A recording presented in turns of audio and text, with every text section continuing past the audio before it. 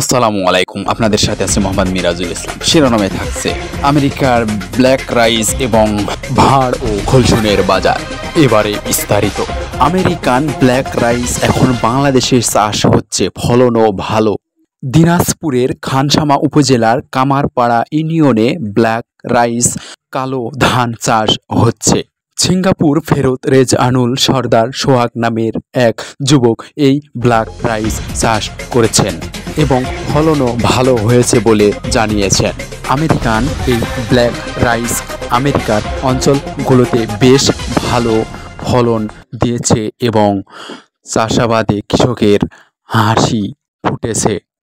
এই black rice America দেশে উৎপন্ন হয়েছে এবং আবিষ্কার হয়েছে এবং বাংলাদেশের এই উর্বর জমিতে এই ব্ল্যাক রাইস চাষ করে অনেক ফলন ভালো হচ্ছে বলে জানিয়েছেন বাংলাদেশ এবং সিঙ্গাপুরের কৃষক ভাইয়েরা।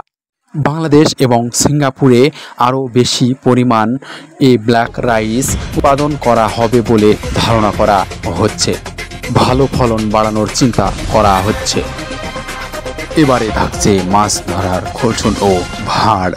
দেশের বেশ কিছু অঞ্চলে এ ধরনের মাছ ধরার যন্ত্র ব্যবহার হয়ে থাকে। মাছ ধরার এ যন্ত্রটি বিলে, হাওড়ে, নদীতে বিভিন্ন জায়গায় স্রোতের মুখে রেখে মাছ ধরা হয়। বৃষ্টির পানির কারণে বিলে, হাওড়ে, নদীতে পানি ভরপুর হয়েছে। এর কারণে বাজারে এই মাছ ধরার যন্ত্রটি বেশ আমদানি হয়েছে এবং বাজারের লোকজন বাজারে এসে চাহিদা মতন মাছ ধরার যন্ত্রগুলো কিনছে। বাজারে সব রকমেরই মাছ ধরার যন্ত্রগুলো পাওয়া যাচ্ছে এবং তা সবগুলোই এখানে আছে।